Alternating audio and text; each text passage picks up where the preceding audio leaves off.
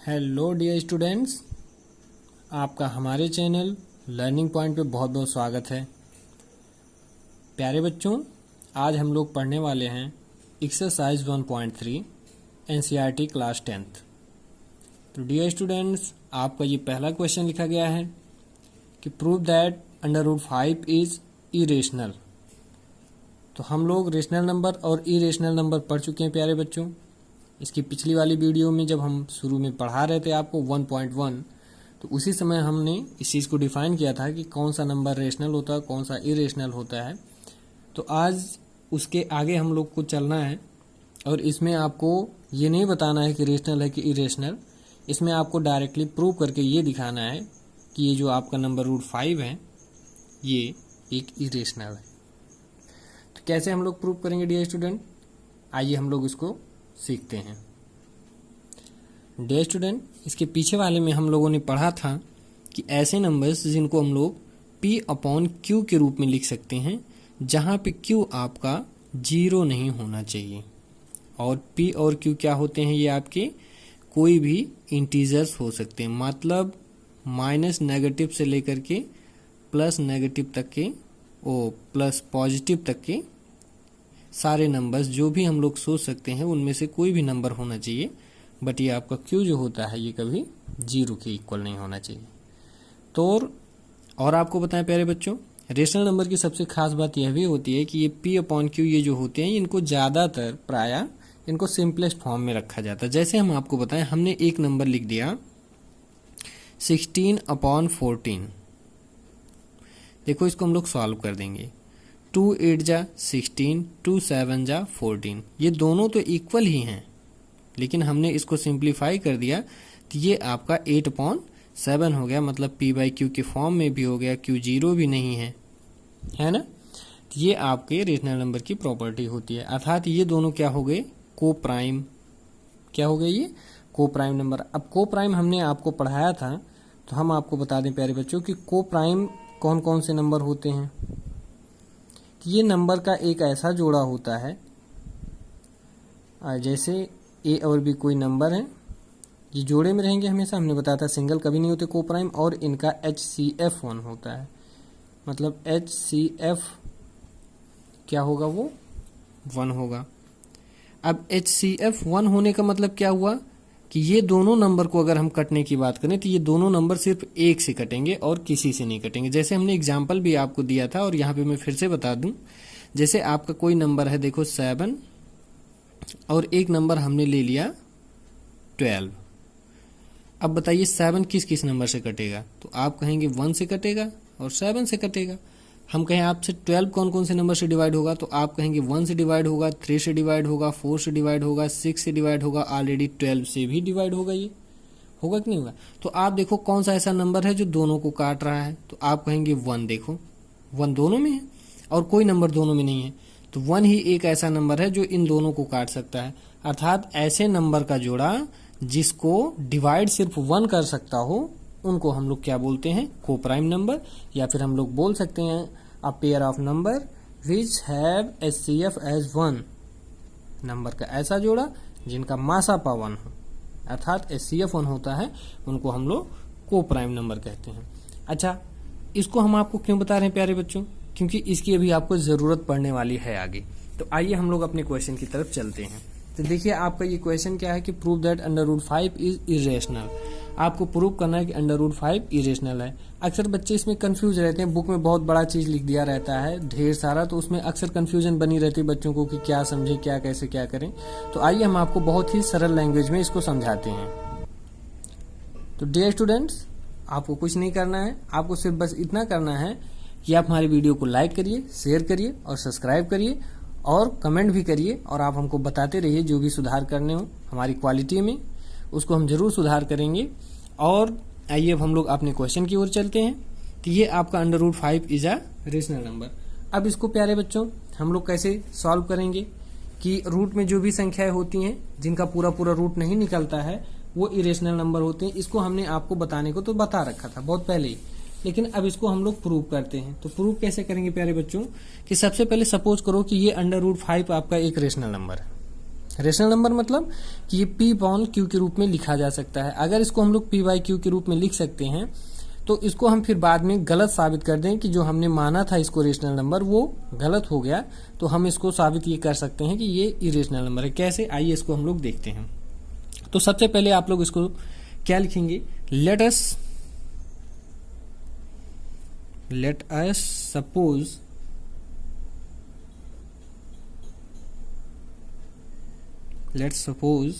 that under root 5 is a rational number।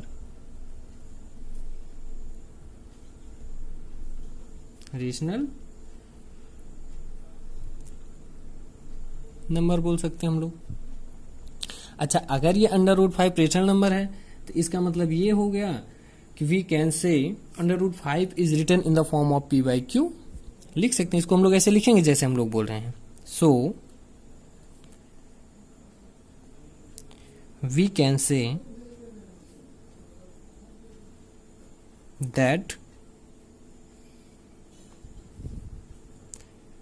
under root 5 is written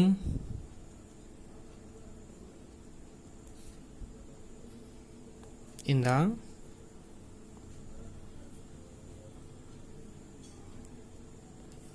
form of p by q, where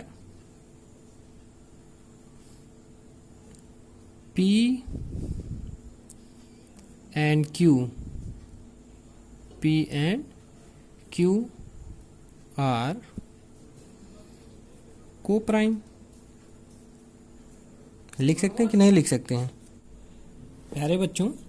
अगर ये p और q आपके co-prime होंगे तो इसका मतलब ये 1 के अलावा और किसी से डिविजिबल नहीं होंगे। अब हम लोग आगे चलते हैं कि इसको कैसे लिखा जाएगा, इसका स्टेटमेंट एक मैं पूरा आपको करके बताऊंगा।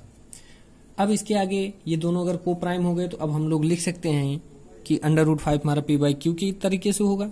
जैसे हम लोग लिख सकते हैं, सो हम लोग क्या कहेंगे, under root 5 is equal to कैसे होगा, p अपॉन क्यू के इक्वल में होगा। होगा कि नहीं होगा? होगा ही। क्यों? क्योंकि अंडर रूट 5 को हम लोगों ने क्या माना है कि ये एक रेशनल नंबर है और रेशनल नंबर हमेशा p बटे क्यू अंश बटे हर के रूप में लिखा जाता है। अब डियर स्टूडेंट्स, हम लोग क्या करेंगे, हम दोनों तरफ का स्क्वायर कर देंगे, स्क्वायर ऑफ बोथ साइड। यहां पे लिख देंगे हम लोग स्क्वायरिंग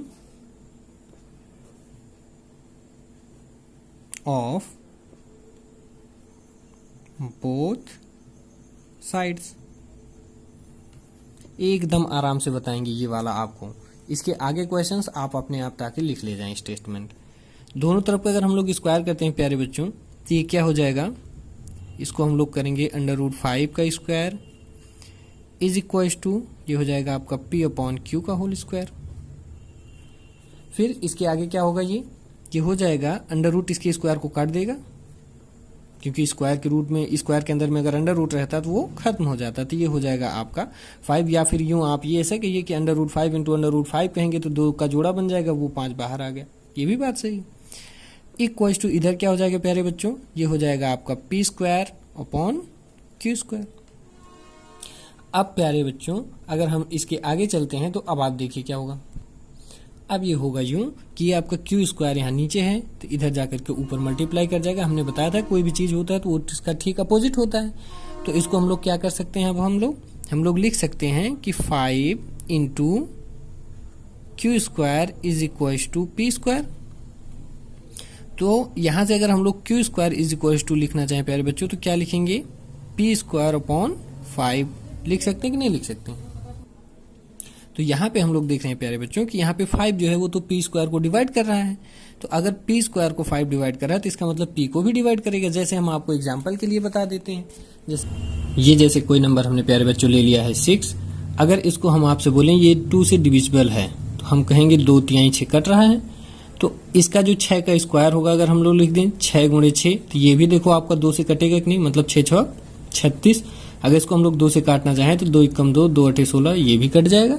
इसका मतलब अगर कोई नंबर किसी नंबर से डिवाइड हो रहा है तो उस नंबर का अगर स्क्वायर हम लोग कर लेते हैं तो वो स्क्वायर भी उस नंबर से डिवाइड होगा जो कि उस नंबर को करता था। एक एग्जाम्पल मैं आपको और देता हूँ। जैसे आप देख लिए 10 को अगर आप 5 से डिवाइड करते हैं तो कटेगा कि नहीं, तो आप कहेंगे 2 बार जाकर के पूरा कट जाएगा। तो आप बताइए 10 का स्क्वायर क्या होगा, 100 बताओ 5 से कटेगा कि नहीं, तो आप कहेंगे बिल्कुल कटेगा। तो 5 दूना 10, 5 शून्य शून्य, तो ये भी देखो कट गया। तो किसी भी नंबर को अगर कोई नंबर डिवाइड कर रहा है तो वो नंबर उस नंबर के स्क्वायर अर्थात 100 को भी डिवाइड करेगा। तो इसी प्रकार से हम लोग इसको लिख सकते हैं प्यारे बच्चों। आपने इस स्टेटमेंट को, जैसे पी स्क्वायर को अगर 5 डिवाइड कर रहा है तो पी को जनरली करेगा ही, अगर पी को डिवाइड कर रहा है तो 5 को डिवाइड करेगा। तो यहाँ से तो एक कंक्लूजन ये हमारा अच्छे से निकल के आ गया हमारे सामने कि जो है पी क्या है, ये हमारा 5 से डिविजिबल है। तो इसको हम लोग इक्वेशन फर्स्ट बना लेते हैं और लिख सकते हैं here P is divisible by 5। ये हमारा क्या है, 5 से डिविजिबल है। अब आपको क्या करना है डियर स्टूडेंट, एकदम सेम वही प्रोसेस आपको दोहराते हुए चले जाना है। क्या करना है आपको, ये करना है, अब जैसे हम लोग ऊपर अगर देखें डियर स्टूडेंट कि हमारा जो √5 is equal to p by q लिखा गया था, अब यहीं पे सेम वही चीज आपको पुट कर देना। जैसे p अगर 5 से डिविजिबल है तो इसका मतलब p के अंदर कोई नंबर 5 रहा होगा, भाई मल्टीप्लाई के रूप में 5 रहा होगा तभी तो कोई नंबर कटेगा। जैसे कोई नंबर आपका, जैसे हम आपसे बोले 3 से क्यों कटेगा, जैसे ये कोई नंबर आपका 6 है, ये 3 से क्यों कटेगा, क्योंकि जब 6 में 3 कहीं न कहीं मल्टीप्लाई में रहा होगा। इसका हम प्राइम फैक्टराइजेशन अगर हम लोग करते हैं प्यार बच्चों, तो ये आप देखिए इसमें 3 ऑलरेडी मौजूद है तभी तो ये डिवाइड हुआ। तो इसी प्रकार से इसका मतलब अगर ये p हमारा 5 से डिविजिबल है, यहाँ पे p अगर हमारा 5 से डिविजिबल है तो इसका मतलब p में कोई न कोई फैक्टर 5 के रूप में मौजूद रहा होगा। तो हम लोग लिख सकते हैं कि p इज इक्वल टू कोई ऐसा हमारा नंबर रहा होगा, जैसे हम लोग 5m लिख सकते हैं। ये कोई इंटीजर है, 5m कोई इंटीजर है, इसका मतलब p का कोई फैक्टर रहा होगा जिसमें 5 ऑलरेडी मल्टीप्लाई के रूप में मौजूद होगा। ये चीज हम लोग कह सकते हैं। यहाँ पर लिख सकते हो we write here p is equal to 5m where 5m is an integer। लिख सकते हैं ऐसा हम लोग। अब इसके आगे क्या होगा डियर स्टूडेंट, आइए हम लोग देखते हैं। अब वही चीज जब हम लोग √5 को लिखे थे is equal to p upon q के रूप में, अब यही हम लोग p के पास रख सकते हैं ये वैल्यू कि नहीं। भाई p का अगर p इज इक्वल टू हम लोग 5m इंटीजर सपोज कर रहे हैं तो इसका मतलब p के स्थान पे क्या हो जाएगा, m लिख दिया जाएगा। इसका मतलब लिख सकते हैं हम लोग √5 is equal to 5m upon q। 5m upon क्या लिख सकते हैं हम लोग, q लिख सकते हैं। अब फिर वही चीज आप स्क्वायर ऑफ बोथ साइड कर दीजिए, स्क्वायरिंग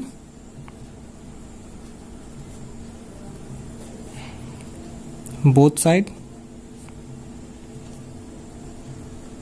तो फिर आपको क्या मिलेगा यहाँ पे डियर स्टूडेंट, ये आपको मिल जाएगा √5 का स्क्वायर इधर और इधर क्या हो जाएगा 5m अपॉन q का होल स्क्वायर मिल जाएगा। अब इसको अगर हम लोग प्यारे बच्चों कहें तो ये √5 को रूट जो है 2 को काट देगा, मतलब 2 जो है रूट को काटेगा चाहे आप बोलिए। तो ये 5 इज इक्वल टू आपको यहाँ मिल गया, 5 पे स्क्वायर बैठेगा तो इसको 25 बना देगा, और m पे जब स्क्वायर बैठेगा तो इसको m स्क्वायर बना देगा। ऐसे स्क्वायर जब q पर बैठेगा तो इसको q स्क्वायर बना देगा। बनाएगा कि नहीं बनाएगा। अब आप देखिए, अब यहाँ q डिवाइड कर रहा है तो यहाँ जाके क्या कर जाएगा, मल्टीप्लाई कर जाएगा। 5q square is equal to 25m square लिख सकते हैं आप लोग। तो यहाँ से देखिए आप q स्क्वायर को क्या लिख सकते हैं, we can write here q square is equal to 25m square upon 5। अगर इसको आप 5 से डिवाइड कर देते हैं तो ये हो जाएगा आपका 5m स्क्वायर। अब यहाँ पे आप क्या देख रहे हैं प्यारे बच्चों कि q स्क्वायर जो है ये इक्वल टू वैल्यू क्या दे रहा है 5m स्क्वायर। इसका मतलब q स्क्वायर की वैल्यू जो है वो 5m स्क्वायर के फॉर्म में आ रहा है। इसका मतलब 5 यहाँ मल्टीप्लाई में है ऑलरेडी, तो इसका मतलब q जो है ये भी 5 से कट जाएगा। अभी क्यों नहीं कटेगा, अभी हमने आपको यही तो बताया, जो चीज फैक्टर मौजूद होता है वही उसको डिवाइड कर सकता है। बेशक चाहे जैसे भी वो लिखा गया हो। जैसे 6 में अगर हमारा 3 था तो वो 3 हमारा क्यों काट रहा था, 6 में क्यों कट जा रहा था 3, क्योंकि वो ऑलरेडी उसमें फैक्टर के रूप में मौजूद था। तो यहाँ पे देखिए आप 5 जो है ये मौजूद है, क्यू स्क्वायर की वैल्यू जो है, जैसे क्यू के मान में आपका 5 मौजूद है तो ये 5 से डिवाइड हो जाएगा। तो हम लोगों ने क्या देखा कि इधर जो है क्यू हमारा 5 से डिवाइड हो रहा। नहीं तो इसको मैं दूसरे शब्दों में आपको फिर से समझा दूं, इसको आप फिर से देखिए। जैसे हमारा यही समझ लीजिए कि q square is equal to क्या आ गया, 5m स्क्वायर। तो यहां से देखो आप 5 इज इक्वल टू क्या लिख सकते हो, m square is equal to क्या लिख सकते हो, आप लिख सकते हो आप क्यू स्क्वायर अपॉन 5। देखिए ना 5 डिवाइड कर रहा है कि नहीं कर रहा है क्यू को। तो यहां से आपको ये सपोज हो गया डियर स्टूडेंट कि क्यू जो है ये 5 से डिवाइड हो रहा है। और इसके पहले वाले में हम लोगों ने क्या देख रखा है कि देखो p is divisible by 5, p भी जो है 5 से डिविजिबल था।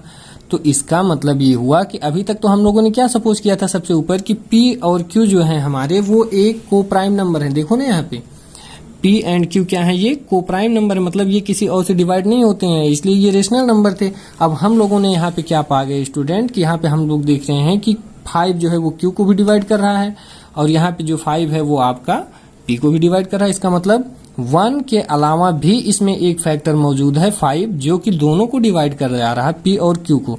इसका मतलब जो हमारा सपोजिशन था वो गलत था, हमारा एजम्पशन गलत हो गया। तो इसका मतलब p अपॉन q जो हमने √5 को माना था कि ये एक रेशनल नंबर है वो क्या हो गया, इरेशनल हो गया। तो इसमें आप इसका स्टेटमेंट क्या देंगे, आइए हम आपको बता देते हैं। तो हम लोग यहाँ पे लिख सकते हैं डियर स्टूडेंट कि 5 is a common factor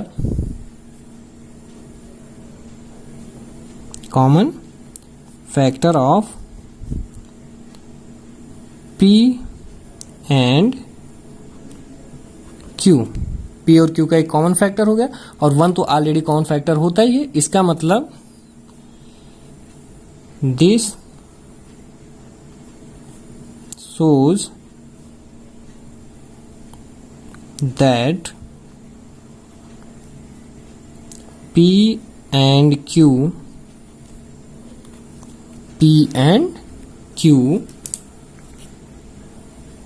are not co-prime। अब भाई जब हमने मान लिया था कि ये को प्राइम नंबर है और ये हम लोगों ने यही दिखा दिया कि ये p और q हमारा को प्राइम है ही नहीं है, तो इसका मतलब क्या हुआ कि हम लोगों ने जो रेशनल नंबर्स को एजम्स किया था वो गलत है। इसका मतलब so that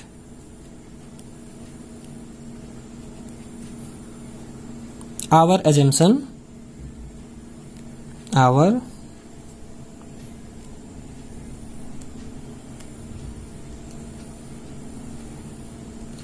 assumption is not true।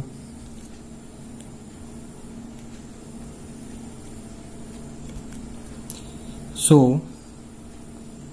under root 5 is an irrational। बस इतना ही आपको करना था।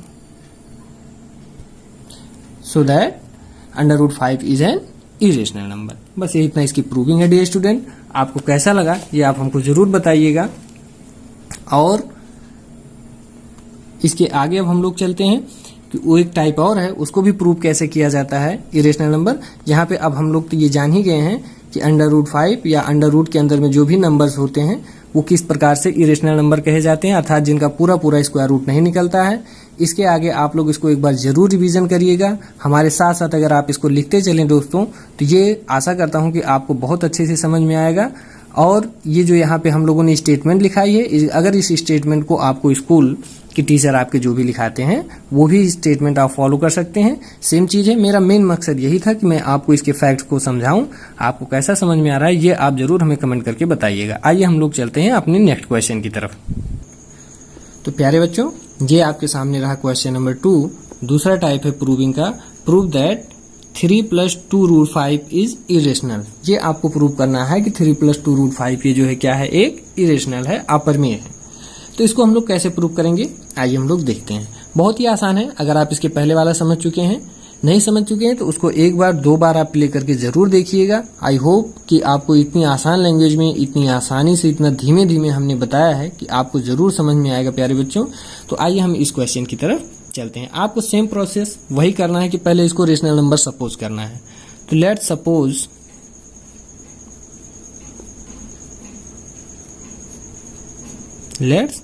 Suppose that,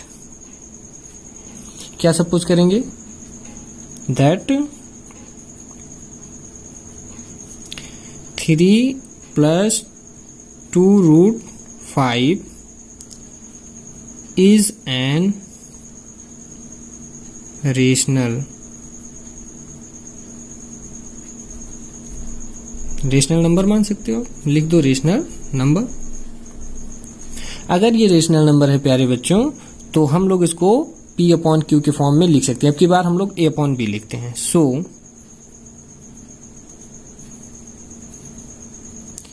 we can right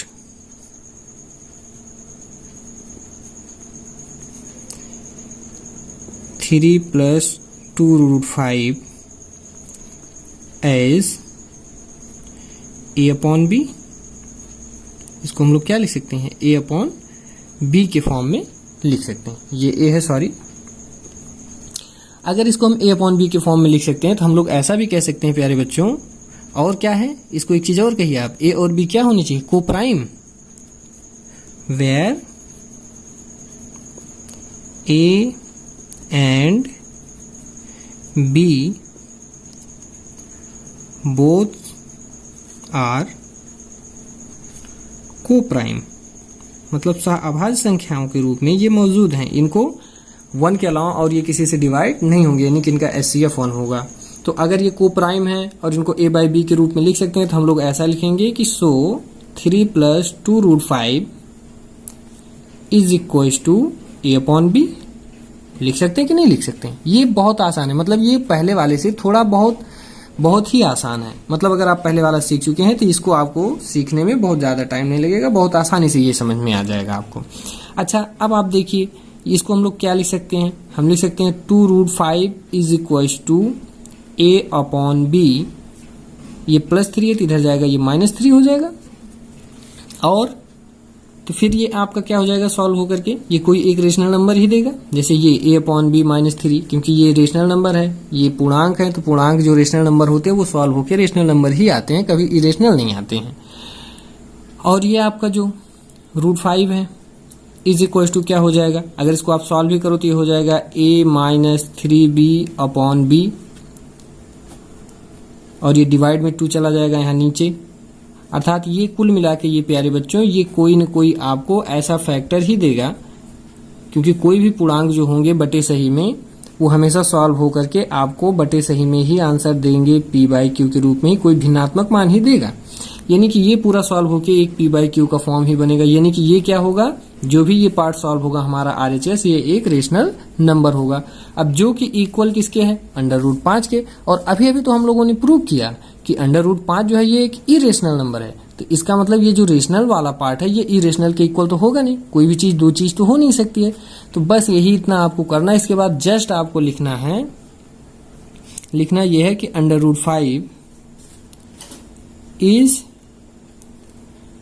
N irrational which is, या फिर आप बोल सकते हो which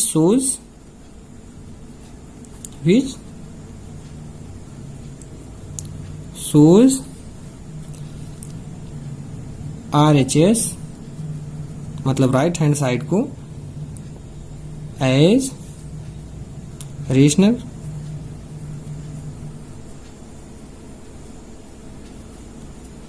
जो हमारे राइट साइड की तरफ है उसके जैसे कि वो सोच कैसे कर रहा है, कैसे दिखा रहा है अपने आप को कि वह एक रेशनल नंबर है। इसका मतलब ये हुआ प्यारे बच्चों कि ये जो हम लोगों ने अजम्स किया था कि हमारा 3 + 2√5 ये A/B अर्थात रेशनल नंबर के फॉर्म में है, और ये हमारा क्या सोच हो जा रहा है कि इसको जब हम लोग सॉल्व कर रहे हैं तो ये इरेशनल बन जा रहा है। अगर कोई चीज सॉल्व होने के बाद इरेशनल हो जा रहा है तो इसका मतलब हमारा जो अजम्पशन था वो गलत है, ये पहले से ही इरेशनल नंबर था, रेशनल नंबर नहीं था। इसका मतलब हम लोग लिख सकते हैं So we have proved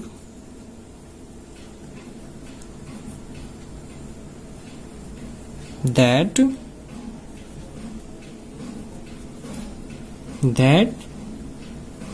3 plus 2 root 5 is an irrational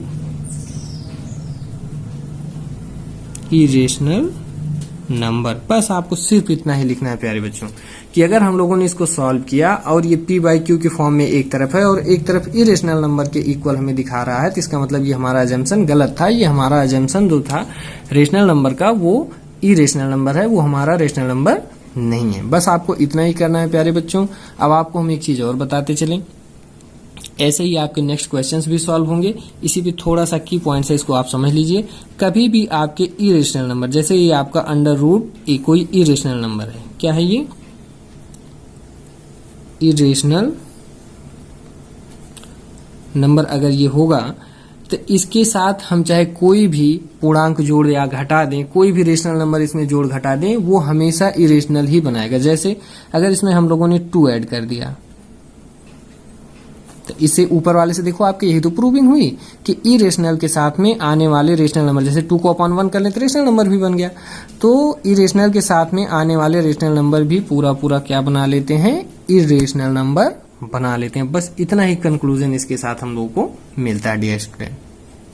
तो अब हम लोग फटाफट आगे की तरफ चलते हैं डियर स्टूडेंट। आपका क्वेश्चन नंबर अगर मैं 2 बोलूं तो इसको बिना हम स्टेटमेंट को बताए ही आपका ज्यादा टाइम न लेते हुए आपको बहुत शॉर्ट में बताने की कोशिश करूंगा। जैसे under root 7 into under root 5 लिखा है, तो इसको सबसे पहले हम लोग क्या जम्स करेंगे प्यारे बच्चों कि ये हमारा एक रेशनल नंबर है, a अपॉन बी के फॉर्म में होगा।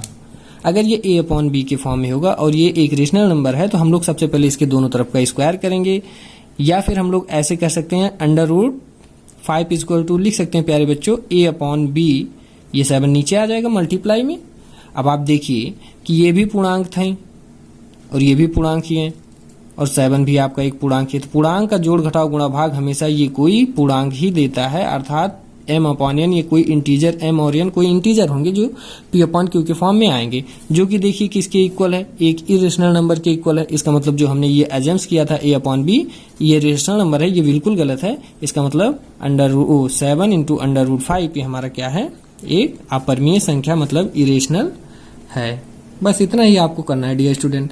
इसके आगे अगर हम चलते हैं आपको बताते चले तो आगे वाले क्वेश्चन में भी इसके आप देख लीजिए, क्वेश्चन नंबर 3 आपका है। क्या कह रहा है, 6 प्लस अंडर रूट 2 को आपको क्या करना है, इरेशनल नंबर प्रूव करना है। तो आप सीधी सी बात वही प्रूव करिए। सबसे पहले कि हम मानते हैं कि हमारा क्या है, एक रेशनल नंबर है जो कि a अपॉन बी के फॉर्म में है, तो इसको हम लोग लेट कर लेते हैं।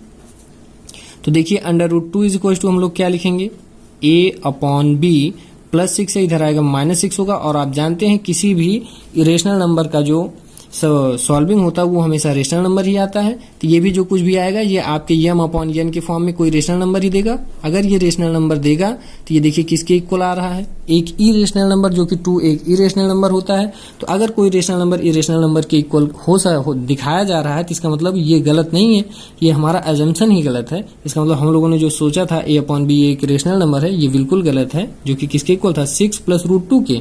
इसका मतलब 6 प्लस रूट 2 ही हमारा रेशनल नंबर नहीं है, यही एक इरेशनल नंबर है। प्यारे बच्चों, आपको कैसा लगा हमारा ये वीडियो। एक्सरसाइज 1.3 आपका यहीं पे कंप्लीट होता है। आप अपनी प्रतिक्रिया कमेंट करके, लाइक करके, डिसलाइक करके आप जरूर व्यक्त करिए। हमारा वीडियो कैसा लग रहा है, आपको समझ में आ रहा है कि नहीं, आपको कॉन्सेप्ट क्लियर हो रहे हैं कि नहीं, ये आप हमको जरूर बताइएगा। आप अपने हिंदी वाले नोटबुक से आप क्वेश्चन को मैच करिएगा एनसीईआरटी के, तो सेम क्वेश्चंस आपको मैच होंगे। इंग्लिश मीडियम से कराने का हमारा सिर्फ इतना तात्पर्य है कि इससे दोनों बच्चों का फायदा हो जाए और हमें 2 बार न किसी चीज को पढ़ाना पड़े। क्योंकि प्यारे बच्चों, किसी भी चीज को 2 बार पढ़ाना अच्छा नहीं लगता है। एक बार में जितना हो सकता है हम आपको फुल कन्फ्यूजन आपकी दूर कर रहे हैं। और आपको कैसा लग रहा है, आप इस चीज की प्रतिक्रिया जरूर व्यक्त करिएगा। इसी के साथ हम अपनी इस क्लास को आज यहीं बंद करते हैं। तब तक के लिए आपको नेक्स्ट क्लास में फिर से मिलेंगे। तब तक के लिए जय हिंद।